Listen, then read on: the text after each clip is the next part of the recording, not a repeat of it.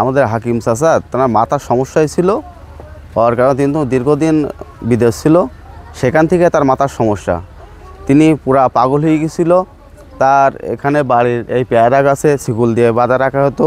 তারপর তিনি তার বোর হলো বিভিন্নভাবে অত্যাচার করতো, মারতো, মানে মাথার সমস্যা হলে যা হয় তাই।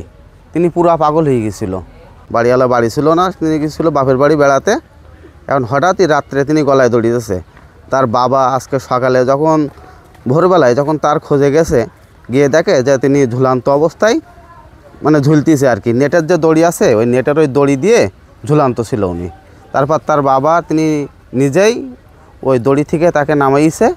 তো এটা সর্বোপরি তার মাথা খারাপ ছিল, তিনি এক কথায় পাগল ছিল। হ্যাঁ, পাগল হওয়ার মানে মাথা খারাপ হলে যা হয়, তিনি নিজেই আত্মহত্যা করেছে। মাথার সমস্যার কারণে ওরা শেকল দিয়ে বেঁধে রাখা হতো, তালা দিয়ে রাখা হতো, মারধরও করা হতো।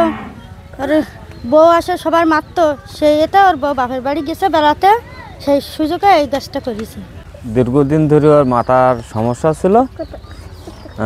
এখন ও বিদেশে হলো ওর বছর বাড়িঘর দর ভাঙচুর করছিল মাথা সমস্যার কারণে।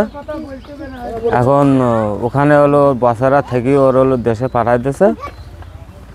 ওর একটা ভাগ্নি আছে সেখানে, সে থেকে ওর আবার নিয়ে আইছে দেশে। আনার পরে ওর সে ব্রেনের সমস্যা, ডাক্তার পানি দেখাইছে, অনেক রিপোর্ট আছে।